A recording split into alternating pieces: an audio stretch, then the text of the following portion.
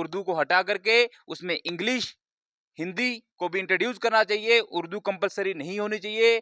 जय हिंद साथियों, स्वागत है आप सभी का जेके एक्सप्रेस टीवी में। इस वक्त हमारे साथ आकाशदीप जी मौजूद हैं, state legal RTI convener ABVP Jammu Kashmir के हैं। इन्होंने जो है वो हर वक्त जो है वो यूथ की बात की है। इस वक्त जो जम्मू कश्मीर की गवर्नमेंट द्वारा 75 पोस्ट जो निकाली गई हैं, सब 75 पोस्ट जो निकाली गई हैं नायब तहसीलदार की, उसमें जो है वो उर्दू जो है वो कंपलसरी किया गया है। आपका इसमें क्या कहना है सर? देखिए, मैंने जैसे पहले भी हमारी बात हुई तो हमने बताया आपको कि जो एनसी की सरकार है, इसने हमेशा सौतेला व्यवहार किया है, पक्षपात की राजनीति की है। आज जब ये उर्दू कंपलसरी कर रहे हैं, जबकि इससे पहले हमारे जब एलजी एडमिनिस्ट्रेशन का राज था यहाँ पे, तब उन्होंने एक नोटिस निकाला था, एक बिल आया था, सभी लैंग्वेजेस को ऑफिशियल लैंग्वेजेस घोषित किया था। उसमें हिंदी भी था, उर्दू था, डोगरी था, पंजाबी था। आज मैं पूछना चाहता हूं कि उसके बाद आज उर्दू कंपलसरी करने की क्या जरूरत पड़ी?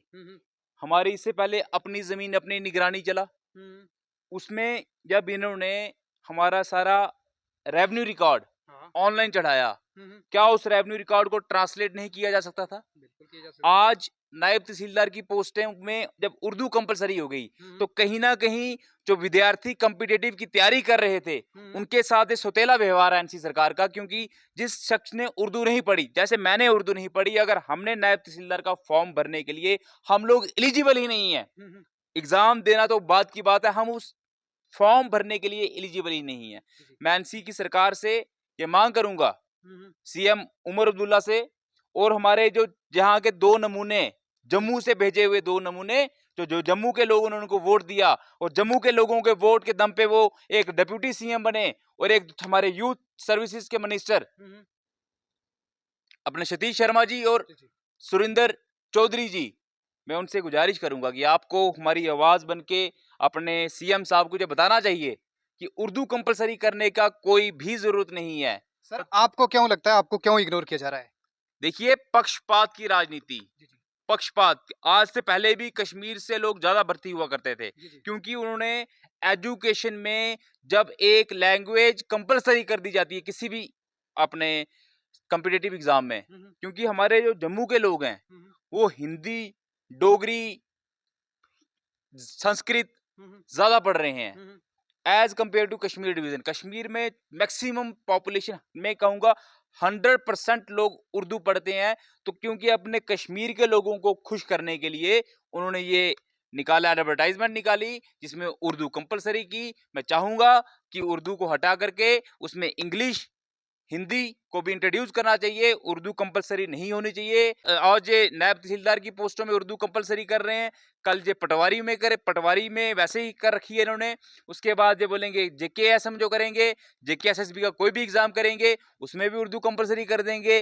किसी का इनके एक पैसे का भरोसा नहीं किया जा सकता। मुझे आप ये बताओ, जो रेवेन्यू रिकॉर्ड होता है उर्दू में जो लिखा होता है, उसकी तो एक आम शख्स को समझ नहीं आती, उसको फिर उर्दू कंपलसरी करने का क्या मकसद है?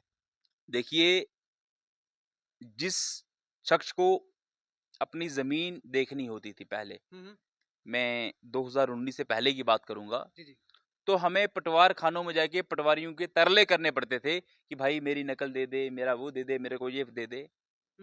आज हमारे पास एक अच्छी सुविधा दी हमें एलजी एडमिनिस्ट्रेशन ने। अपनी जमीन अपनी निगरानी के तहत हम अपना कोई भी रेवेन्यू रिकॉर्ड ऑनलाइन देख सकते थे।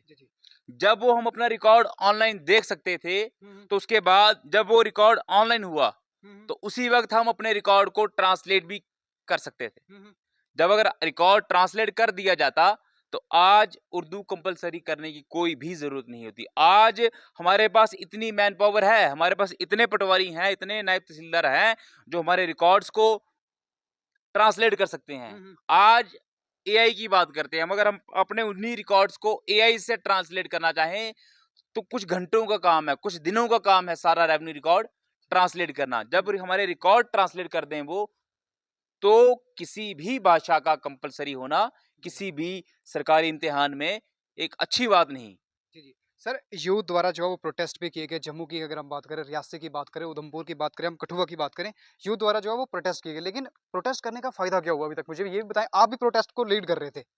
देखिए, जैसे कहते हैं कि भैंस के आगे बीन बजाना, हम्म, वो हिसाब है एनसी की सरकार का। जी जी मैं चाहूंगा कि इसको संज्ञान में लेते हुए सीएम उमर अब्दुल्ला साहब को तत्कालीन प्रभाव से हटाना चाहिए उर्दू को, जो कंपलसरी कर रखी है।